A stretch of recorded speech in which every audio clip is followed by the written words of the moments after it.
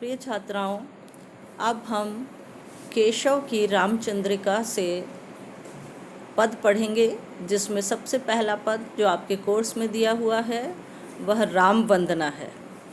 इस पद में केशव दास ने राम की वंदना की है और वंदना करते हुए वे कहते हैं कि राम का नाम राम से भी अधिक महत्वपूर्ण है, क्योंकि नाम के माध्यम से ही हम रूप तक पहुँचते हैं। जब नाम स्मरण की महत्ता बताई जाती है तो भक्त कवि कहता है कि नाम व्यक्ति के या ईश्वर के स्वरूप से अधिक महत्वपूर्ण है। तो यहाँ केशव दास ने भी इसी रीति का अनुसरण करते हुए राम की महिमा का गुणगान किया है। प्रस्तुत कवित्व में वे राम की वंदना करते हुए उनकी महिमा का बखान करते हुए कहते हैं कि पूरन पुराण अरु पुरुष पुराण परिपूर्ण बतावे न बतावे और उक्ति को। यानी जितने, अब यहाँ 2 बार पुराण आया है। पूर्ण पुराण का अर्थ क्या है कि संपूर्ण पुराण, जितने भी हमारे वेद पुराण हैं वो, और पुरुष पुराण यानी प्राचीन पुरुष, जितने प्राचीन लोग हैं, महात्मा लोग हैं, संत लोग हैं, इनसे उनका अर्थ है।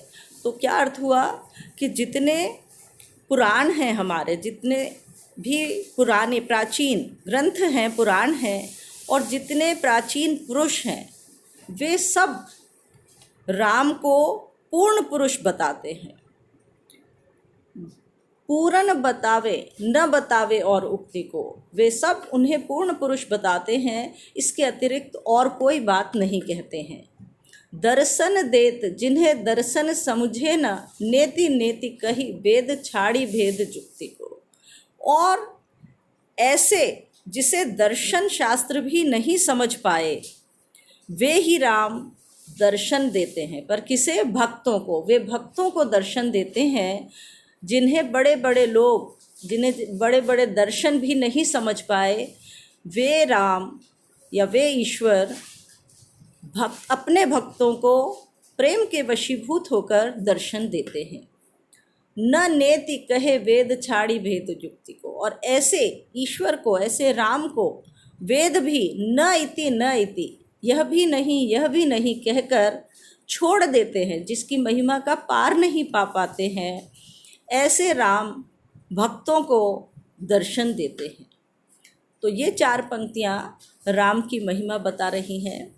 आगे देखिए, जानी यह केशवदास अनुदिन राम राम रटत रहत न डरत पुनरुक्ति को। ऐसे राम की महिमा को जानकर केशवदास अनुदिन यानी प्रतिदिन राम राम रटते रहते हैं, ईश्वर के नाम का स्मरण करते रहते हैं। रटते रहते हैं, बार बार उसकी नाम की माला जपते रहते हैं। न डरत पुनरुक्ति को, उन्हें पुनरुक्ति समझते हैं कि बार बार एक ही बात को कहना, वो पुनरुक्ति से डरते नहीं हैं, बल्कि राम की महिमा को जानकर बार बार उसके नाम को दोहराते रहते हैं, रटते रहते हैं। क्योंकि ईश्वर जो राम का नाम है, भगवान का नाम है, वह तमाम प्रकार की हमारे शक्तियों को देने वाला है। आप कह सकते हैं कि भगवान की तमाम तरह की जो सिद्धियां हैं, वो भगवान का नाम लेने से भक्त को प्राप्त होती हैं।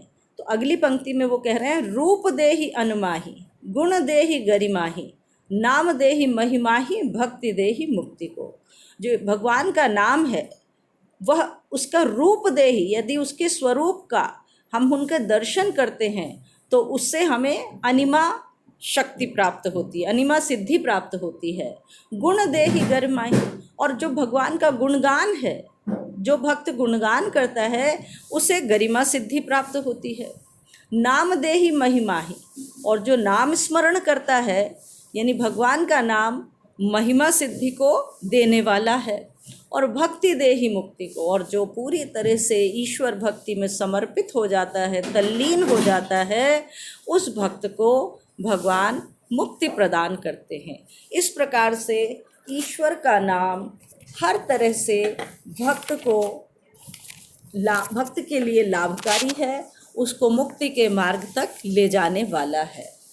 इस कवित्व में अनेक अलंकारों का प्रयोग हुआ है। आप देख पाएंगे पुरुष पुराण, पूरन पुराण, यहाँ कौन सा है?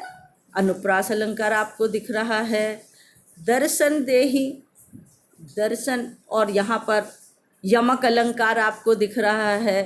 रटत रटत में पुनरुक्ति, यमक अलंकार आपको दिख रहा है। दर्शन देत में दर्शन 2 बार आ गया है। तो इस प्रकार से अनेक तरह के अलंकारों का प्रयोग किया गया है। कवि ने इस पद में राम के नाम की महिमा बताते हुए कहा है कि राम का नाम लेने से भक्त को तमाम तरह की सिद्धियां, तमाम तरह के सुख प्राप्त होते हैं और अंत में वह मोक्ष को प्राप्त होता है। इस प्रकार रीतिकालीन कवि होते हुए भी केशवदास ने पूरे भक्ति भाव से राम की वंदना की है। आप इसका अर्थ लिखकर मुझे भेजेंगे ताकि मैं जान सकूं, और यदि कोई कठिनाई है तो आप निश्चित रूप से दोबारा मुझसे पूछें ताकि मैं आपको और अच्छे से समझा सकूं।